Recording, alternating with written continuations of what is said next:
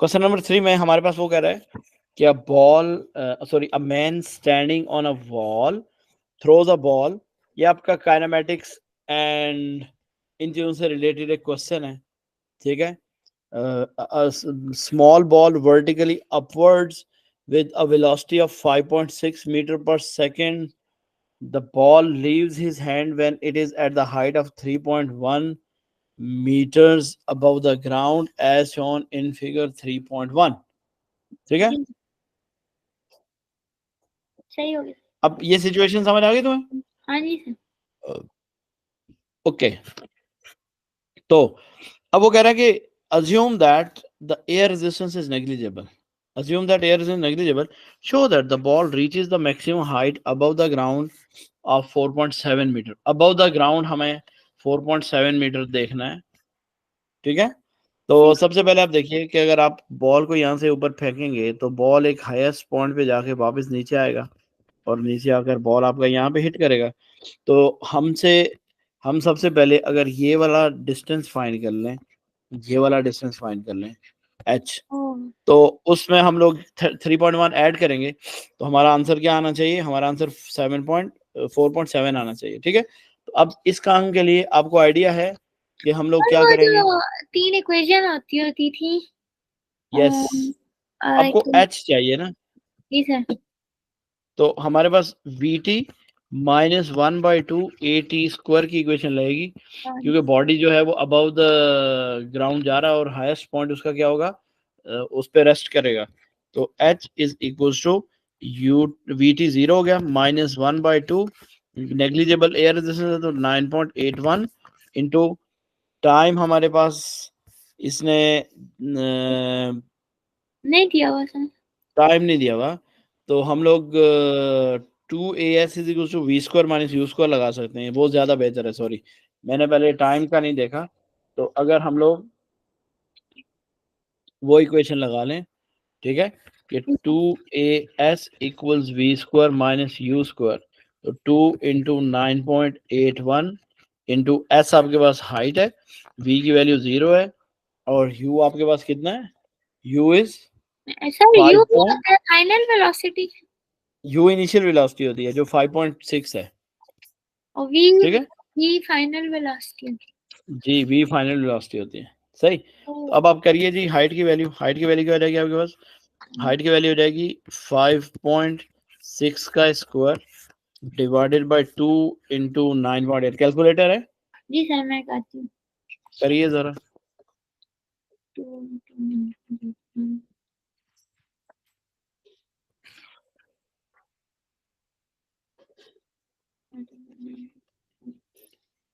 Sir ये आता है 1.59।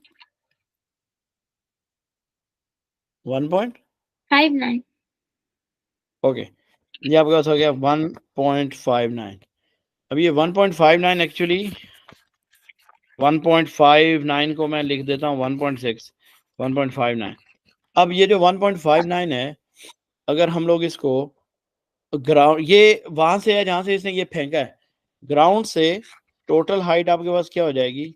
That will be equals to 1.59 plus कितना ऊपर है ये 3.1, तो 3.1 आप करोगी तो चेक करो जरा क्या आ रहा है, 4.69, 4.69 आ रहा है, जिसको हम लोग क्या कहते हैं? ये हाइट नहीं 4.7, हाँ जी सर ठीक हो गया।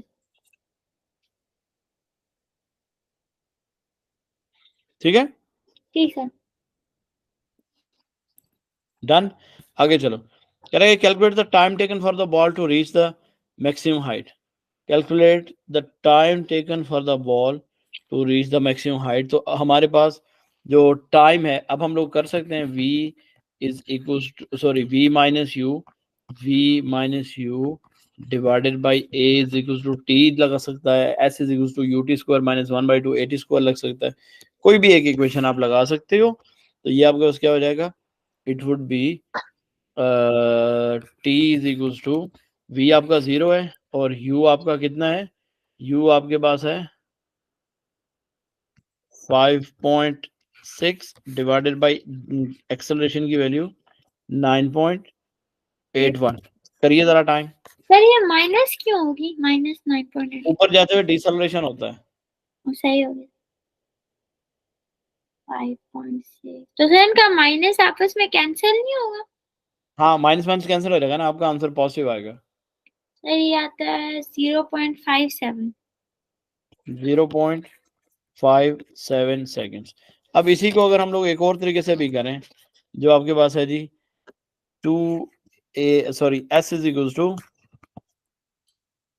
ut plus 1/2 8 square, sorry vt minus 1/2 8 square, क्योंकि लास्ट आपके पास है vt माइनस 1/2 8 स्क्वायर। तो आपके पास जो हाइट आई जो उसने कवर की वो आपके पास आई 1.59 and that is equal to v आपके पास फाइनल वेलोसिटी 0 है 1/2 और एक्सेलरेशन की वैल्यू -9.81 है। और उसके बाद आपके पास जो टाइम है वो आपने कैलकुलेट करना है। इसको आप 1.59 into 2 divided by minus minus plus हो जाएगा तो 9.81 करो, ठीक है। ये आपके पास टी स्क्वायर हो जाएगा। तो अगर आपने टी कैलकुलेट करना है तो इसका भी स्क्वायर रूट ले लो, इसका भी स्क्वायर रूट ले लो, तो आप कैलकुलेट करके दो जरा क्या आंसर आएगा। ये आता है सर वही सर 0.56 0.57 मतलब सर 0.569 आ रहा है तो 0.57 ही हो जाएगा। जी ठीक हो गया। जी सर ये आपके पास दो तरीके हैं इसको सॉल्व करने के। सही हो गया सर। आगे चलें। जी सर। अच्छा कह रहा है कि the ball leaves the ground sorry leaves the man's hand at time t is equals to 0 at time t is equals to 0 and hits the ground at time t is equals to capital T, hits the ground at time t is equals to capital T. On figure 3.2 sketch the graph to show the variation of velocity v of the ball for with time t from time t is equals to 0 to capital T। और फिर आपको क्या करें, numerical values of v and t are not required, assume that the v is positive in upward direction. अगर आप ऊपर जा रहे हैं तो आपके पास क्या है, v पॉजिटिव है। ठीक है, बात समझ आ रही है। हाँ जी सर ऊपर भी पर सर ऊपर चैन लगो तो कहा है ना क्योंकि वैसे डिसेलरेशन नहीं होती ऊपर। हाँ डिसेलरेशन होती है लेकिन वेलोसिटी तो ऊपर की डायरेक्शन में पॉजिटिव कंसिडर किया जा सकता है, वो आपके पास कोई डिसेलरेशन का प्रॉब्लम नहीं है। सही हो गया। हाँ जी। अब आपने जब बॉल को ऊपर फेंका था तो आपके पास वेलोसिटी कितनी थी 5.6। तो मैं यहाँ पे हालांकि उसने बोला हुआ कि quantitative analysis are not required, मतलब आपको जरूरत नहीं है कि आप वैल्यूज प्लेस करें, लेकिन समझने के लिए वैल्यूज प्लेस कर देते हैं। लेट्स से ये आपके पास 1 2 3 4 सॉरी 1 2 3 4 5 5.5 5.6 यहाँ से उसने बॉल फेंका है।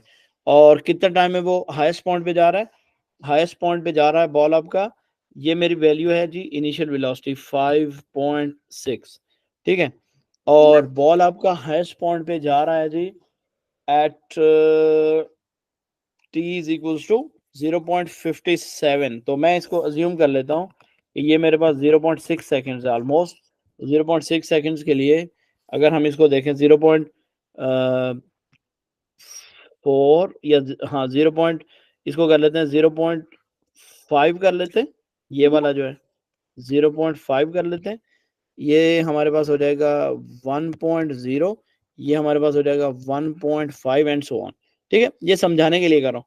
तो 0.56 तकरीबन इस पॉइंट पे बॉल आपका क्या करेगा, it will cross the highest point या it will reach to the highest point और फिर ये बॉल वापस आएगा। जब ये बॉल वापस आएगा तो इसकी जो वेलोसिटी है ना, ठीक है, ये क्योंकि बॉल नीचे आ रहा है, इसको गौर से देखना है तुमने। बॉल यहाँ से ऊपर गया हाईएस्ट पॉइंट से, जब ये बॉल हाईएस्ट पॉइंट से ऊपर गया, ये आपके पास बंदे की जहाँ से उसने फेंका है ना, ये जगह, यहाँ से बॉल ऊपर जाएगा, ऊपर गया, ऊपर गया, यहाँ से बॉल वापस नीचे आया। तो जब आपका बॉल वापस इस ग्राउंड पे पहुंचेगा ना, इस this is the highest point, highest point. तो हाईएस्ट पॉइंट से ज़ाहिर है जब नीचे आएगा तो इस पॉइंट पे पहुंचते हुए उसकी वेलोसिटी वापस नीचे आते हुए दोबारा कितनी हो जाएगी, 5.6 हो जाएगी। इस पॉइंट पे उसकी वेलोसिटी कितनी हो जाएगी? 5. डाउनवर्ड 5.6। तो इसका मतलब ये हुआ कि अगर, और टाइम भी उतना ही लगेगा, तो टाइम अगर आप यहाँ पे देखें तो इधर इसके नीचे उसकी वेलोसिटी कितनी होनी चाहिए? ये होनी चाहिए। लेकिन जैसे जैसे वो बॉल आगे जाएगा, ज़ाहिर है नीचे आते हुए उसको ज़्यादा टाइम लेगा, तो यहाँ पे जब वो हिट करेगा तो its velocity, final velocity would be greater than 5.6। ठीक है, तो आपने इसको ड्रॉ करना है। ड्रॉ ऐसे करना है कि आपने इसको प्लेस कर दिया। ठीक है, ये 5.6 से मैंने ग्राफ शुरू किया, और ये 5.6 से शुरू किया, यहाँ से नीचे लेके आया, और ये ग्राफ आपका तकरीबन यहाँ पे जाएगा। ओह, सही हो गया सर। ठीक है, लेकिन यहाँ एक मसला है। Wait wait wait wait wait wait, हमें ये एक्सिस थोड़ा सा चेंज करना है कि उसने आपको बोला है कि आपने कैपिटल टी पे जाना है। किस पे जाना है? कैपिटल टी पे। तो मैं ये एक्सिस चेंज करता हूँ।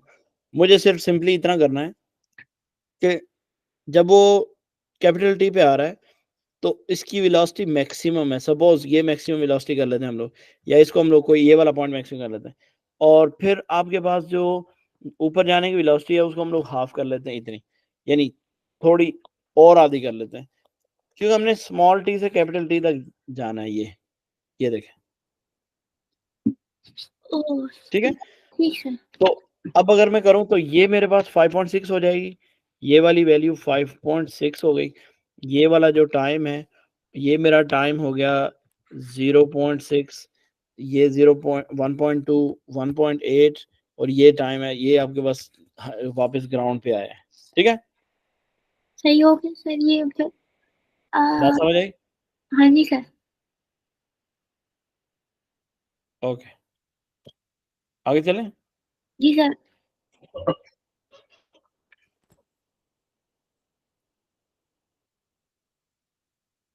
ये वाला sir, what is represented by the gradient of the graph? Okay, एक मिनट। अच्छा हाँ, ये हो गया। State what is represented by the gradient of the, तो ग्रेडियंट ऑफ द ग्राफ आपका क्या करेगा? ये इसकी वेलोसिटी रिप्रेजेंट कर रहा है। नहीं, ग्रेडियंट ऑफ द ग्राफ आपका वेलोसिटी टाइम ग्राफ है ना ये। तो ये इसकी एक्सेलरेशन बता रहा है सर। एक्सेलरेशन बताएगा, यस। आपने सिर्फ स्टेट करना है, तो एक्सेलरेशन ऑफ द ग्राफ, सही हो गया। या acceleration of ball basically. Acceleration. ठीक है, ठीक हो गया। हाँ, आगे चलते हैं। कह रहे कि man now throws a second ball with the same velocity. ये आपका लास्ट पार्ट कंसेप्चुअल पार्ट होता है, इसके ऊपर थोड़ा सा आपने फोकस करना है। ठीक है, velocity and from the same height as the first ball, the mass of the second ball is greater than that of the first ball. Assume that the air resistance is still negligible. For the first and second ball, compare the magnitude of the acceleration. तो आपको बोला है कि आप बताइए magnitude of acceleration क्या होगा? Magnitude of the acceleration. हाँ, बॉल का मैस ज्यादा किया उसने। तो फिर वो सेम रहेगी सर। यस, सेम रहेगी। सेम इसलिए रहेगी कि उसके पास मैथ जो है, ये इंडिपेंडेंट मीन, जो आपकी कोई भी काइनेमेटिक की इक्वेशन है ना, उसमें मैथ इन्वॉल्व नहीं होती। So it's motion is independent of math. ठीक है, so it's acceleration of free fall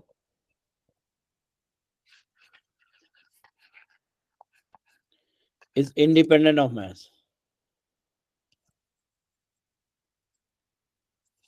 done हो गया। ठीक है, डन हो गया। ओके। सर इसके साथ एक एक्सप्लेनेशन भी देनी होती है? नहीं नहीं, ये सिर्फ स्टेट का ऑप्शन है। सही हो गया। ठीक है, उसके बाद आपके पास आ जाता है the speed with which the ball hit the ground. तो उसका क्या सीन है? The speed by which it hits the ball, sorry hits the ground, ये भी सेम रहेगी, Oh, क्योंकि तो जब इनिशियल वो वेलोसिटी और कोई भी चीज एक्सेलरेशन कांस्टेंट है तो आपके पास क्या होगा, इसकी स्पीड भी कांस्टेंट रहेगी, so speed would remain same, speed will also be same. ठीक है, सही होगा सर। डन जी। जी सर। ओके,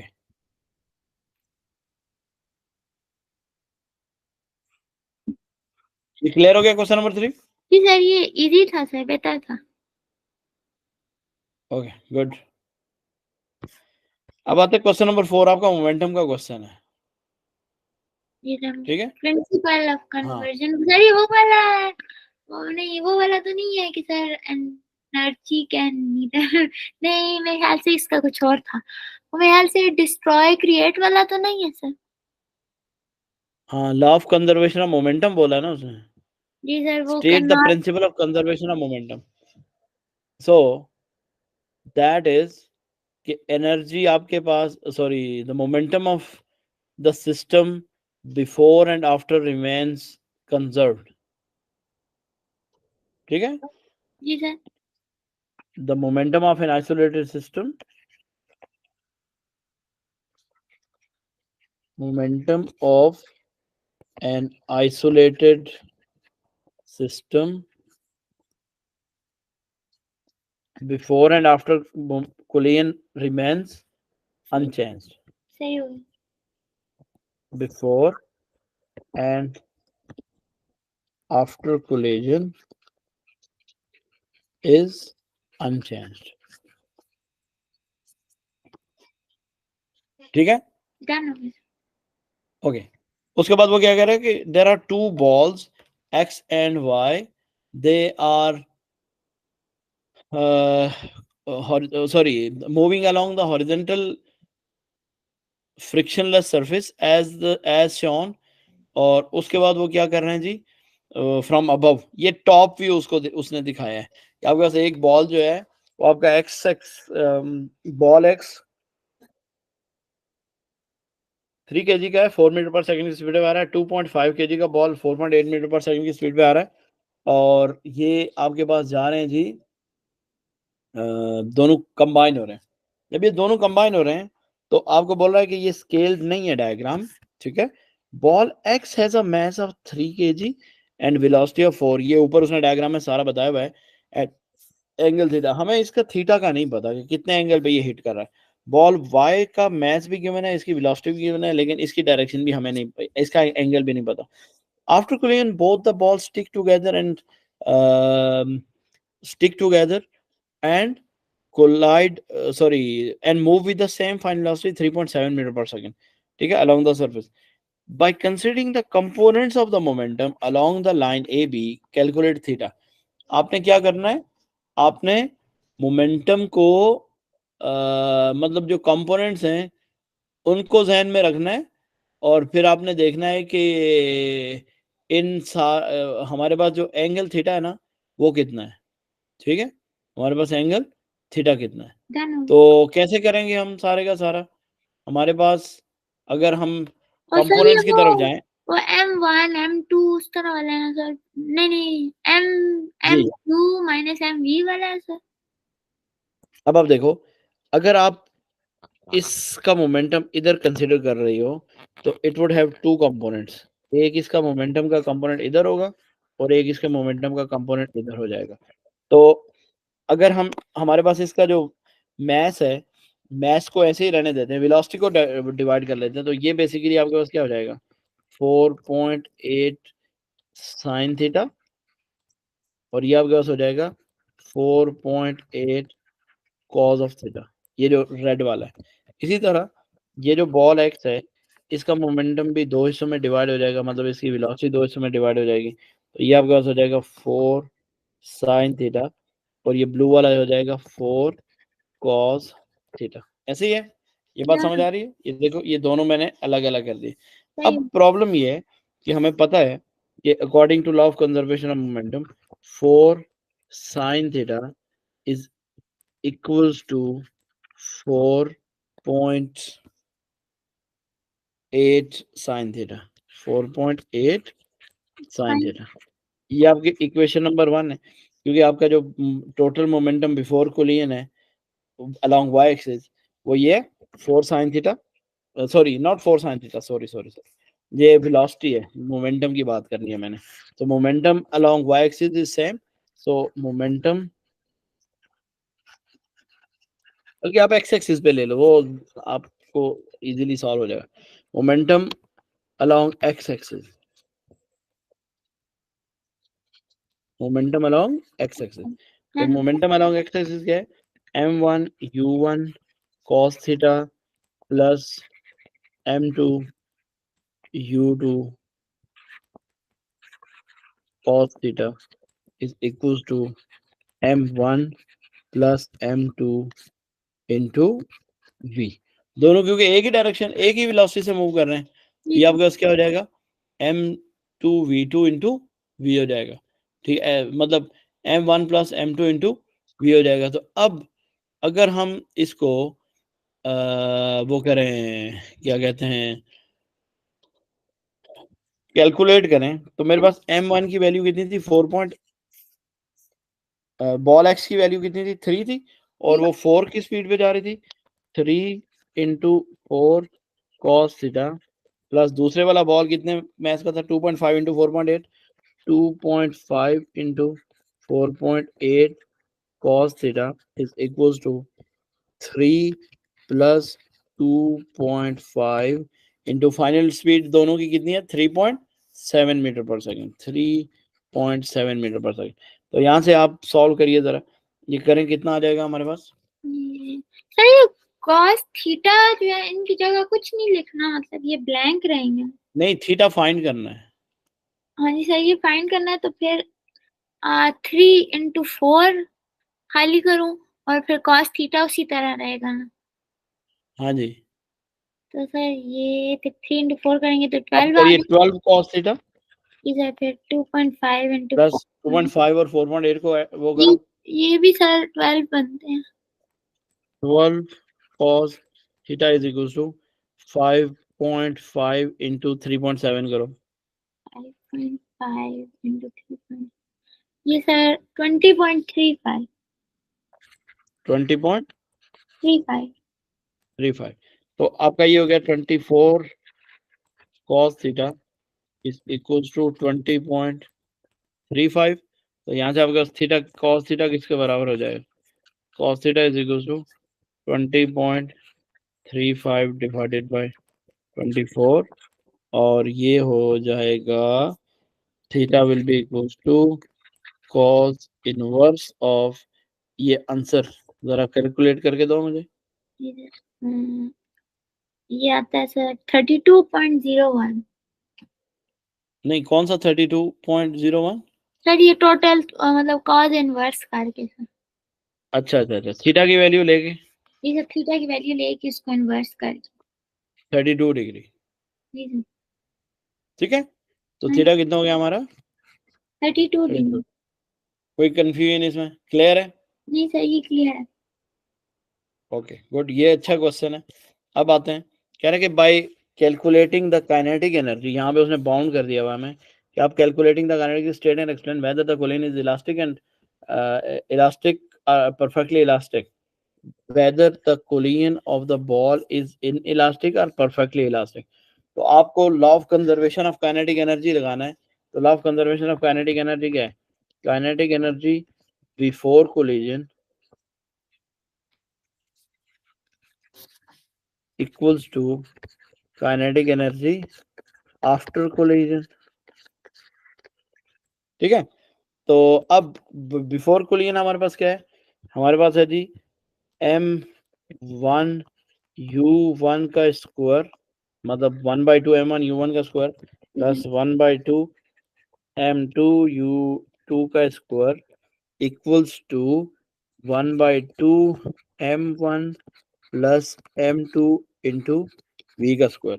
तो आपके पास 1/2 m1 आपका 4 है, और u1 आपके पास कितनी थी, 0। 3 मीटर पर सेकंड की, 3 मीटर पर सेकंड स्क्वायर प्लस 1/2 m1 आपका, m2 कितना है, 2.5 है, और U2 आपके पास कितनी थी, 4.8 का स्क्वायर। ठीक है, ये अब ये आपके पास है जी, अगर ये है तो for elastic collision, for elastic collision. Elastic, अगर ये इलास्टिक कोलिजन है तो तब ऐसा होगा। तो आप करिए जरा कैलकुलेट, और ये कितना होना चाहिए, 1/2 m1 यानी 4 प्लस 2.5 इंटू 3.7 का होल स्क्वायर। तो आप जरा दोनों की सेपरेट कैलकुलेशंस करिए। हाँ ठीक है, दोनों की सेपरेट।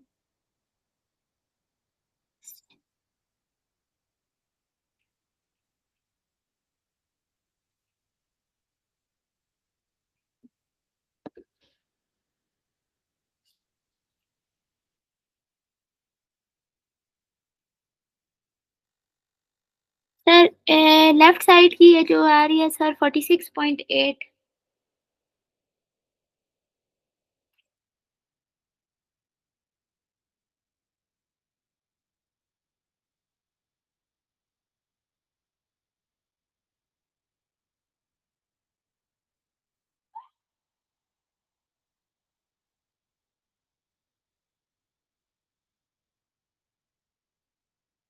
और सर दूसरे की है 44.49।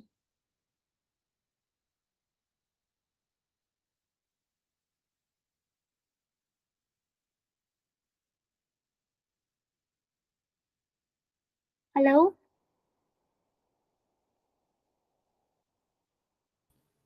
हाँ, आवाज आ रही है अब, सॉरी वो बीच में मैं समझा आवाज आ रही है आपको, कहीं म्यूट पे लग गया।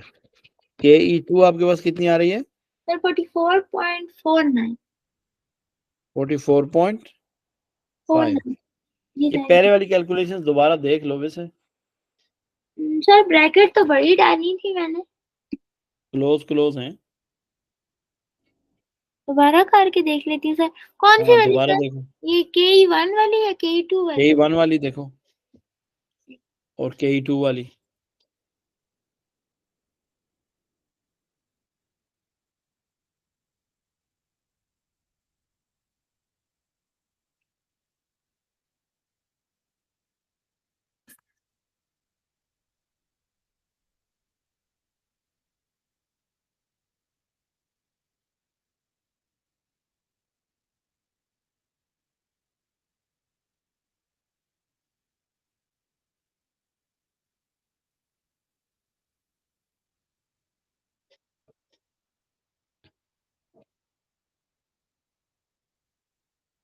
सर यही आ रहा है 46.8।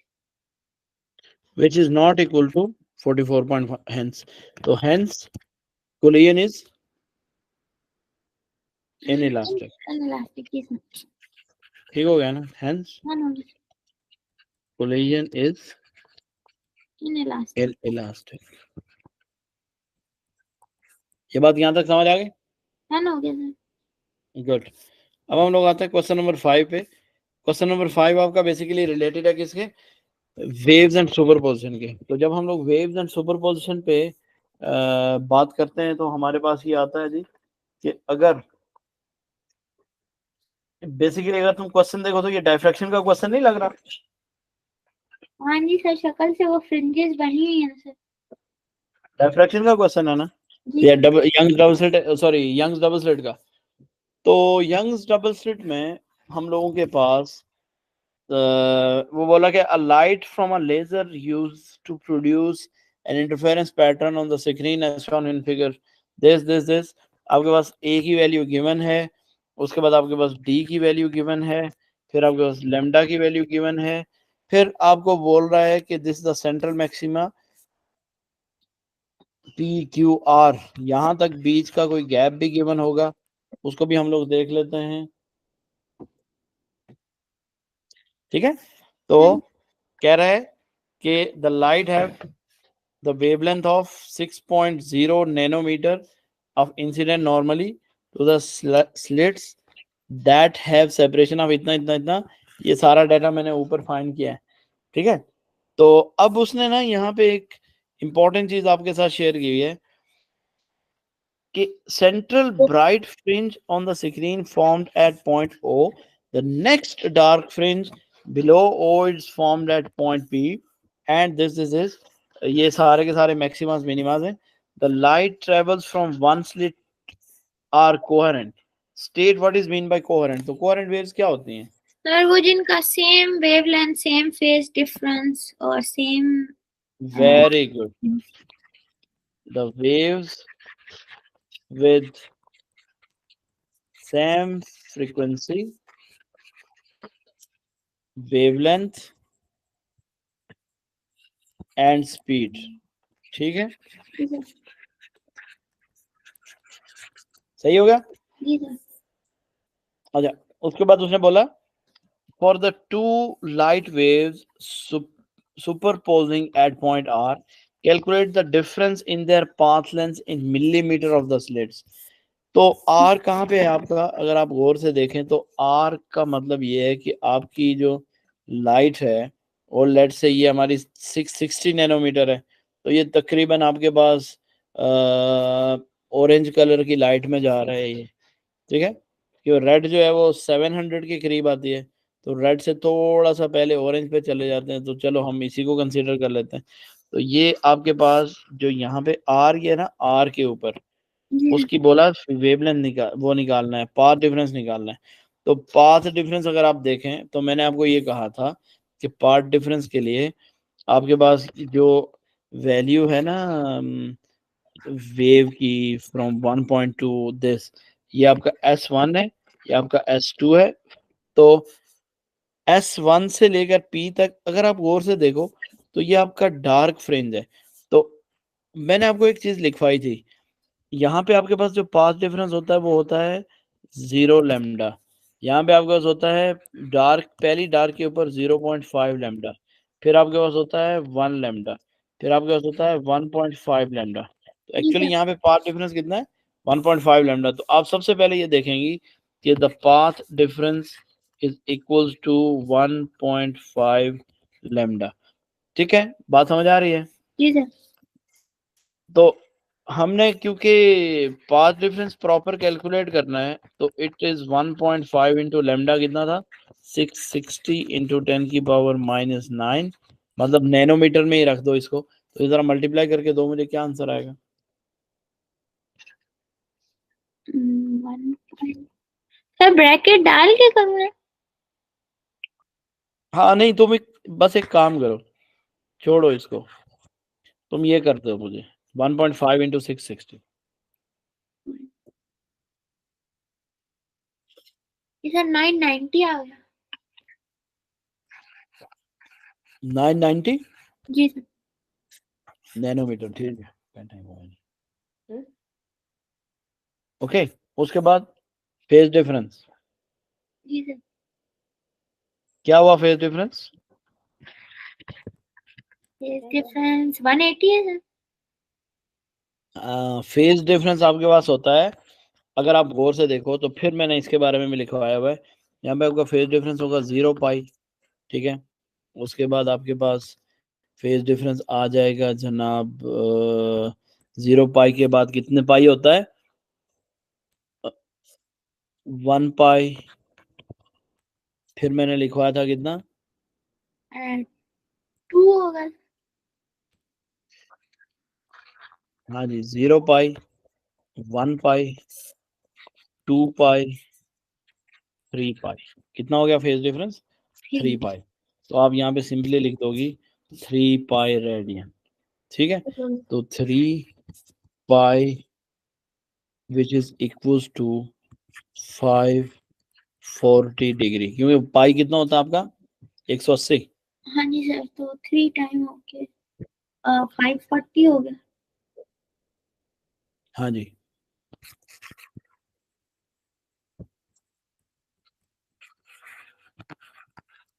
सही है, बात समझ आ रही है? ठीक है. क्लियर? जी सर.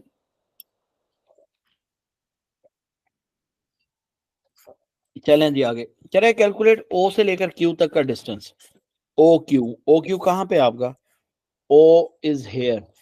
ठीक है, ओ की वैल्यू आपके पास कहाँ पे है? यहाँ सर। ओ की वैल्यू आपकी इस पॉइंट पे है, क्यू की वैल्यू आपके पास इस पॉइंट पे है। तो दो कंसेक्यूटिव ब्राइट फ्रिंजेस के बीच का गैप आपका क्या होता है? एक्स होता है। क्या होता है? एक्स हो। एक्स होता है। तो आप सिंपल वे में जाइए and calculate x is equals to lambda d upon a करें। तो लेमडा आपके पास 660 नैनोमीटर है, 10⁻⁻9 है। डी आपका 1.8 था, और ए आपका कितना था? 0.44 मिलीमीटर। 0.44 मिलीमीटर, 10⁻⁻3। तो करिए जरा, क्या आंसर आएगा? कन्वर्शन करनी है प्रॉपर। ठीक सर, इसको ब्रैकेट डाल के कर।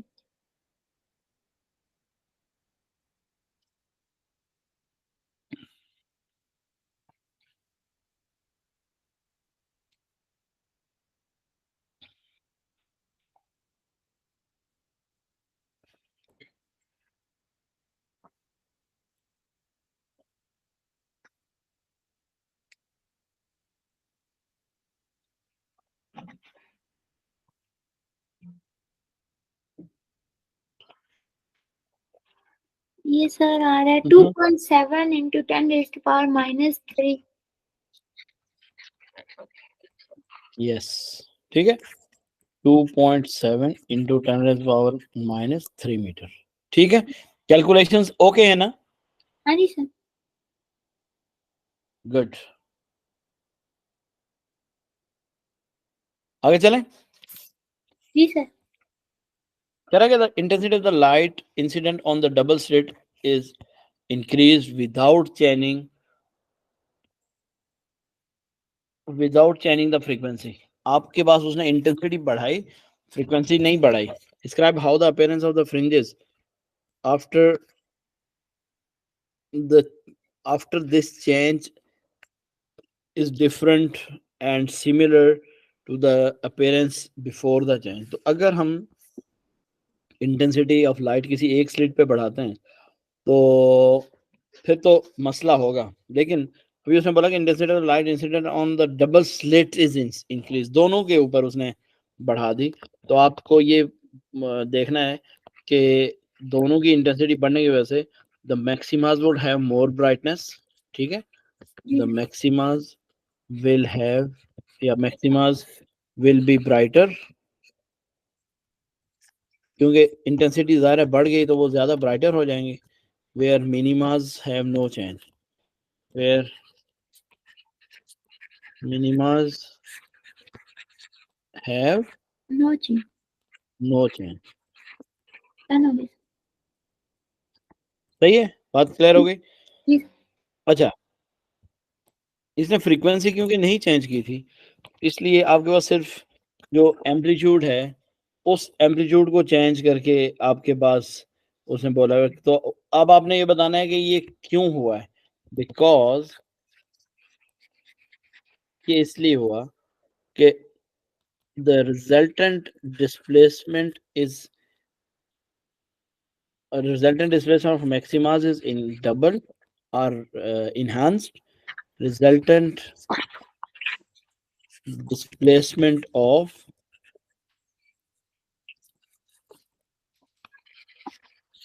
maximas is added, whereas for minimas it is complete cancelled। But for sir वो minimas सेम नहीं रहता। है, मतलब उसका तो कोई मतलब चेंज उसमें नहीं आता ना सर। हाँ नहीं आता ना, तो वो इसीलिए कि वो completely cancel हो गया ना, completely कैंसिल। cancelled out। तो इसलिए नो चेंज। पहले भी कंप्लीट कैंसिल हो रहा था, जी अब सर। भी कंप्लीट कैंसिल हो रहा है। डन हो गया सर। ठीक है, जी सर। अब वो कह रहे हैं the light of the wavelength 660 nanometer is now replaced by a blue light from the laser. Blue light की फ्रीक्वेंसी ज्यादा होती है।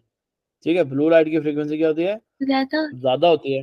State and explain the change if any that must be made to separation of two slits of the fringe separation on the screen is the same as it was for the light of 660 nanometer.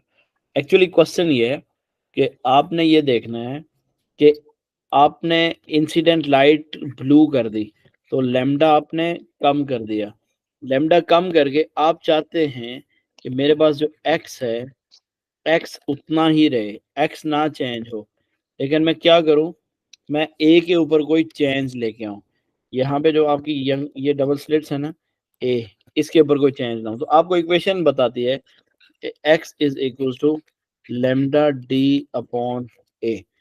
तो अगर आप x उतना ही चाहते हैं, lambda आपने कम कर दिया, तो डी भी अनचेंज है, तो ए को क्या करना पड़ेगा, बढ़ाना पड़ेगा।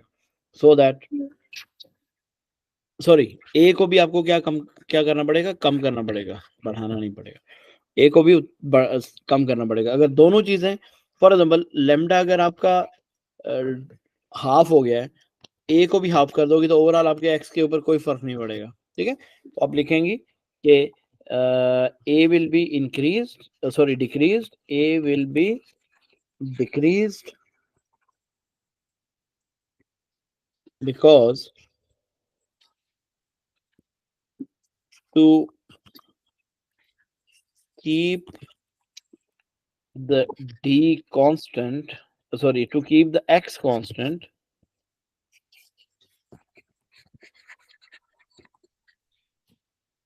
lambda and a are inversely proportional to each other. सही होगा। ठीक है, बल्कि नहीं, इनवर्सली प्रोपोर्शनल नहीं है, sorry, are directly proportional to each other. अच्छा, क्योंकि दोनों डिक्रीज हो रहे हैं। Yes, directly proportional to each other. अच्छा, इसको तुम एक और भी तरह से कह सकती हो, एक्सप्लेन कर सकती हो कि as x is directly proportional to lambda, जी so when lambda decreases x decreases। फिर आप लिख सकती हो कि as x is inversely proportional to a, so when a is decreased x again increased। अब बात समझ आ गई? समझ आ गई सर। ठीक है, जी सर। यहाँ तक काफी आज। हाँ जी सर, यहाँ तक काफी। हाँ, आगे वाले क्वेश्चन नंबर 6 और 7 में आपको दूसरी रो में कराऊंगा, क्योंकि वो करंट इलेक्ट्रिसिटी के क्वेश्चंस हैं, और वो हम लोग नेक्स्ट को में करेंगे। डन हो गया सर। ओके मेरे बेटा, थैंक यू सर। अल्लाह हाफिज। ठीक है जी, अल्लाह हाफिज, अल्लाह हाफिज।